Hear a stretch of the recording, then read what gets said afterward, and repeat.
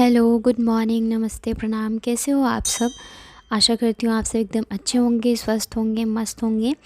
And welcome to my channel Ashi Rashi vlogs. तो अभी आज जो है ना, आशी की छुट्टी थी स्कूल की। मतलब ये मेरा 5 अगस्त का व्लॉग है। टीचर्स डे की छुट्टी थी, तो दोनों ही घर पे हैं और मुझे आज दोनों को लेके ही काम करना है और काफ़ी सारे काम हैं। मतलब कि कपड़े वगैरह धोने हैं, बहुत सारी चीज़ें हैं।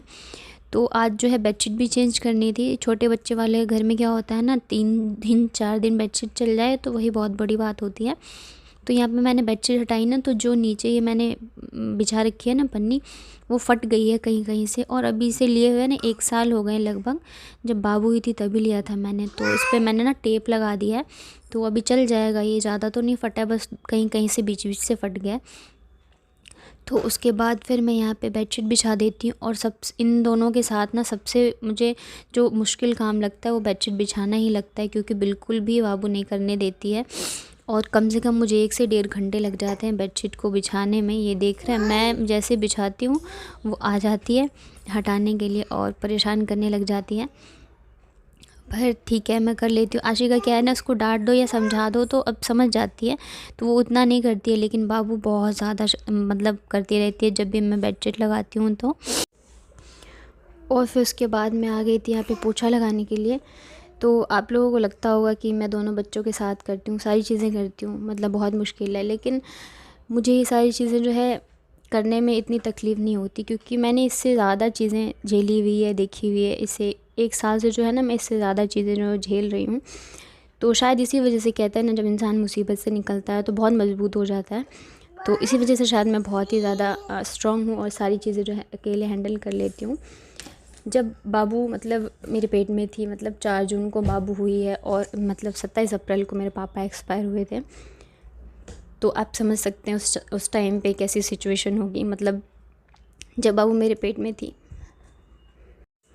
और उसके साथ साथ ही जो मेरी बड़ी बेटी है, उस टाइम पे वो 1.5 साल की थी और वो भी कोविड पॉजिटिव थी। मेरे हस्बैंड भी कोविड पॉजिटिव थे और जो डॉक्टर थी उसने ये कहा था कि अगर तुम पॉजिटिव होती हो तो हम तुम्हें यहाँ पे नहीं रखेंगे। मतलब मेरा प्राइवेट हॉस्पिटल से चल रहा था, तब तुम्हें जो गवर्नमेंट हॉस्पिटल होता है ना कोविड पेशेंट के लिए, तुम्हें वहाँ जाना पड़ेगा।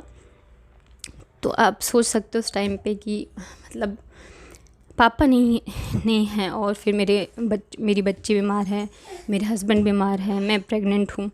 और उसके बाद भी मैं सारी चीज़ें करती थी, मैं ध्यान रखती थी। या तो मैं अपने आने वाले बच्चों को देखूं, या तो जो मेरे हस्बैंड है, मेरी बेटी है, मैं उसको देखूं। तो मतलब वो ऐसा टाइम था ना कि मैं रो भी नहीं पाई थी ढंग से, क्योंकि मुझे इन सारी चीज़ों को देखना था, मुझे सबका ध्यान रखना था उस टाइम पे। तो उस टाइम पे भी मैं सारी चीज़ें करती थी, कोई भी नहीं था मेरे साथ यहाँ पे करने वाला। और सिचुएशन भी उस टाइम पे ऐसी थी कि कोई आ जा भी नहीं सकता था। और मुझे ये भी टेंशन कि वहाँ पे मेरा भाई अकेला है, मम्मी अकेली हैं, उनके साथ कोई नहीं है। ऐसा टाइम था ना कि मैं देख भी नहीं पाई थी लास्ट टाइम पापा को।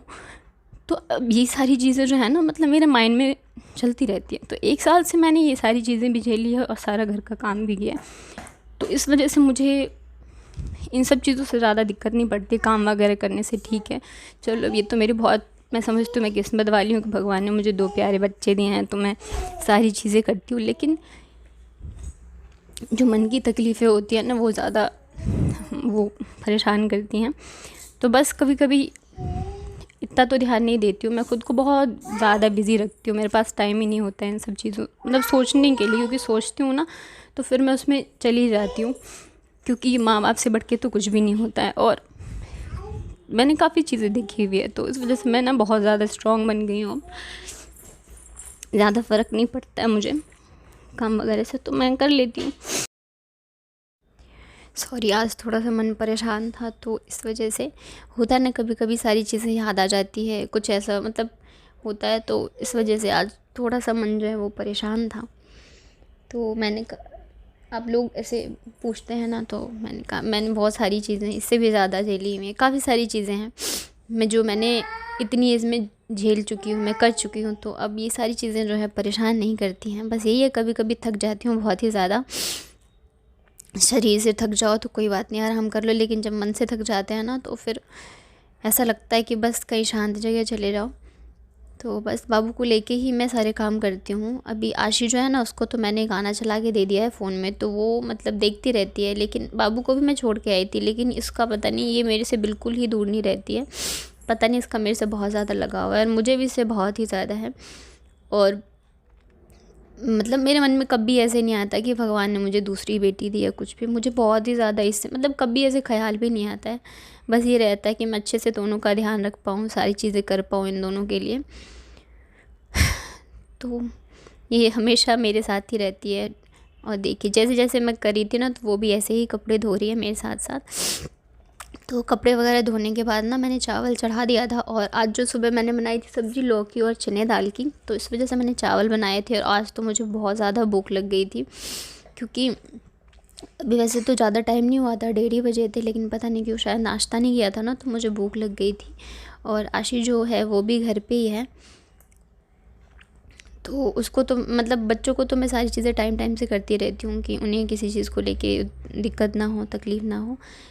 लेकिन खुद के लिए जो है वो नहीं हो पाता है। तो बस अभी मैं कपड़े सुखा दूँगी, उसके बाद जो है खाना वगैरह खाएंगे।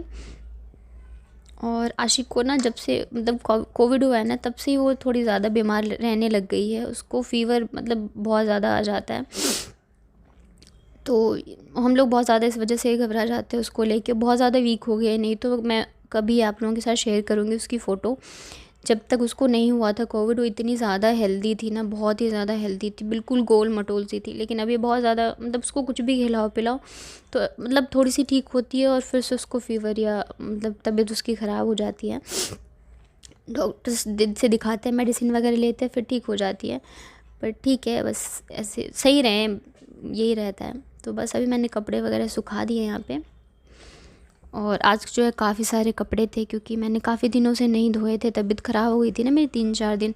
तो वो कपड़े जो है वो इकट्ठे ही हुए जा रहे थे। तो मैंने सोचा आज जो है मैं सारे धो ही दूँगी, तो क्या होगा ना, सारी चीज़ें लाइन पे आ जाएंगी, तो डेली का ही काम रहेगा, ऐसे एक्स्ट्रा काम नहीं रहेगा। तो बस मैं यहाँ पे कपड़े सुखा देती हूँ, फिर चलते हैं नीचे। तो यहाँ पे मैंने ढेर सारे प्याज काट लिए हैं, और अदरक लहसुन कूट के रख लिया, और ये है जीरा और खड़े मसाले। तो यहाँ पे जो है ना, सरसों तेल गरम हो गया है, तो मैं इसमें थोड़े से जो प्याज हैं इसको मैं डीप फ्राई करके निकाल लूँगी। और ये बिल्कुल झटपट बनने वाली बिरयानी है।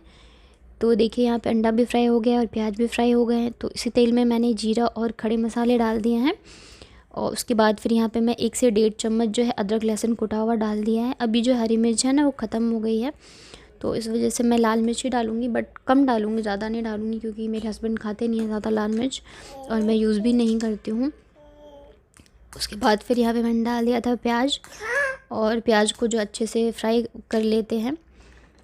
और इस वाली बिरयानी में ज़्यादा टाइम नहीं लगता है। जैसे मैंने प्याज जो है डीप फ्राई करके रखा है, तो आप उसे नहीं भी कर सकते, मैं कभी कभी ऐसे भी बना लेती हूँ।